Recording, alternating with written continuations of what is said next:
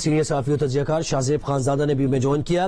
شاہزیب، ایک طرف تو وہ بھی اس بات کو کلیئرٹی ہے ان کے ذہن میں کہ حکومت تو الیکشن اناؤنس نہیں کرے گی، دوسری طرف وہ یہ کہہ رہے ہیں کہ میں وقت دے رہا ہوں، آپ کے پاس چند دن ہیں، الیکشن اناؤنس کر دیں ورنہ مارچ کروں گا، اور پھر مارچ کے نتائج کی بھی وہ گارنٹی نہیں دے رہے۔ تو وہ کس کو مخاطب کر رہے ہیں یہاں پر؟ اور اگر جس کو بھی مخاطب وہ کر رہے ہیں تو اس کا مطلب ہے کہ حکومت کو پریشر میں ڈال کر وہ قوت الیکشن کرائے گی، تو پھر اس کی کریڈیبلٹی اس الیکشن کے صاف شفاف ہونے پہ تو سوالیہ نشانات کھڑے ہو جائیں گے۔ یہ واضح طور پر غیر فوج کی قیادت کو مخاطب کر رہے ہیں عمران خان صاحب۔ اس وقت ان کی جو ساری امیدیں ہیں وہ فوج کی قیادت تک ہے۔ اگر عمران خان صاحب کو اس بات پہ یقین ہوتا کہ جس طریقے سے وہ الیکشن میں کامیاب ہو رہے ہیں اور ظاہر بہترین انداز میں نے پرفارم کیا ہے، اسی طریقے سے سڑکوں پر آ کر وہ حکومت گرا سکتے ہیں تو وہ نکل چکے ہوتے ہیں، مگر انہیں اندازہ ہے کہ ایک تو انہوں نے اپنا لانگ مارچ لیٹ بھی کر دیا ہے، اور دوسرا حالات اتنے سازگار نہیں ہیں، وہ اس طریقے سے رائٹ سائڈ پر نہیں ہے جس طریقے سے 2014 میں آتے تھے 128 دن کے لیے بیٹھ جاتے تھے، تو وہ آئیں گے تو ایک لانگ مارچ کر سکتے ہیں، اس سے بیونڈ کچھ کر نہیں سکتے ہیں، نہ کوئی دھرنا دے سکتے ہیں، موسم ٹھنڈا ہو گیا اسلام آباد میں، اور نہ ہی ان کو اس طریقے سے سپورٹ ملے گی۔ تو ان کا سارا جو فوکس ہے وہ عسکری قیادت پر ہے۔ میرا خیال ہے بڑا طریقے سے عمران خان صاحب نہ صرف موجودہ اس وقت عسکری قیادت کو پریشر میں لا رہے ہیں، بلکہ جو اگلی عسکری قیادت آئے گی جس کا ظاہر ہے موجودہ آرمی چیف نے کہہ دیا کہ وہ توسیع نہیں چاہتے، اس کو بھی پہلے سے ہی دباؤ میں لانا چاہتے ہیں۔ وہ یہ امپریشن بنا رہے ہیں واضح طور پر کہ اگر انہوں نے لگایا تو میرٹ پر نہیں ہوگا، کیونکہ یہ جو لگاتے ہیں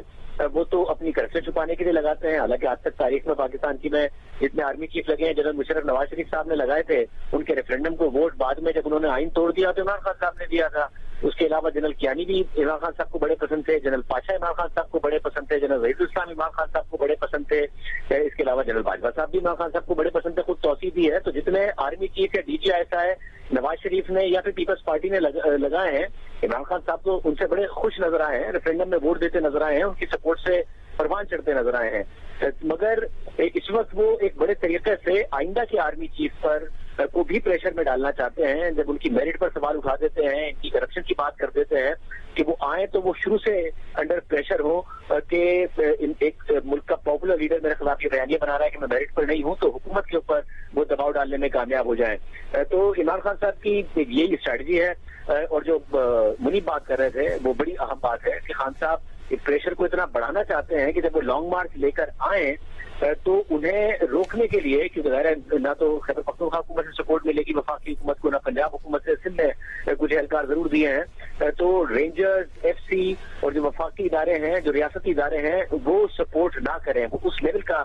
پریشر بلڈ کرنا چاہتے ہیں۔ تو میرا خیال ہے خان صاحب خود جانتے ہیں کہ وہ لانگ مارچ سے گرا نہیں پائیں گے، وہ نیوٹرل امپائر کی بات بھی کر رہے ہوتے ہیں۔ آج پھر کہہ رہے تھے کہ میں تو کیونکہ میں جمہوری آدمی ہوں اس لیے اپنے کارکنوں سے ہر بات میں ہیلپ لے رہا ہوتا ہوں کہ آپ آئین اور قانون کی پاسداری کریں گے۔ آگے یہ نہیں بتایا کہ یہ ایسے جمہوری آدمی ہے کہ اسی تقریر میں کارکنوں سے آئین اور قانون کی پاسداری کا حلف لینے کے بعد کہہ رہے ہوتے ہیں کہ فوج اپنے آئین اور قانون کا جو حلف ہے اس کی پاسداری نہ کرے اور نیوٹرل نہ رہے اور اس حکومت کے خلاف کارروائی کرے۔ اور آج کی پریس کانفرنس میں بھی وہ بار بار ہی اس بات پر اصرار اور تکرار کر رہے تھے کہ جو ادارے ہیں وہ فیصلہ کریں۔ تو خان صاحب کی ساری امید اداروں سے ہے۔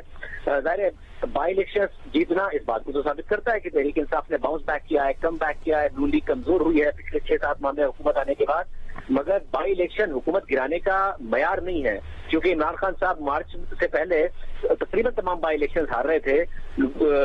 پی ڈی ایم کی جماعتیں بھی لانگ مارچ کر رہی تھیں، اس کے علاوہ پروٹیسٹ کر رہی تھی، مگر خان صاحب یہ جواب دیتے تھے کہ 2023 میں الیکشن ہوں گے، جب تک کے لیے انتظار کرو، بائی الیکشن جیت رہے ہو مگر مجھے 5 سال کا مینڈیٹ ملا ہے۔ تو جو بائی الیکشن جیتنا ہے وہ معیار نہیں ہے۔ اور جب خان صاحب یہ کہتے ہیں کہ نواز شریف یا نون لیگ اس لیے الیکشن نہیں کرانا چاہتی کیونکہ میں بہت پاپولر ہوں، وہ درست کہہ رہے ہیں، ایسا ہی ہے کہ نون لیگ اس وقت اس بات سے ہے پریشان کہ بہت زیادہ پاپولر ہیں، اور وہ یہ بات بھی درست کہہ رہے ہیں کہ نون لیگ سمجھتی ہے کہ اگر الیکشن اگلے سال اگست تک جائیں گے تو جو عمران خان صاحب کی ویو ہے اس کا جو جھاگ ہے وہ بیٹھ جائے گا۔ مگر ایسا نہیں ہے کہ یہ بات صرف اور صرف نون لیگ امید کر رہی ہے اس بات کی، عمران خان صاحب کو خود بھی ڈر ہے اس بات کا کہ میں کتنے عرصے تک اس مومنٹم کو پرولونگ کر سکتا ہوں، اس لیے وہ چاہتے ہیں کہ فوری طور پر انتخابات ہوں، اور وہ سمجھتے ہیں کہ فوری طور پر انتخابات نہ تو وہ اسمبلی کے ذریعے لے سکتے ہیں، اسمبلی میں تو ان کی تعداد کم ہو گئی،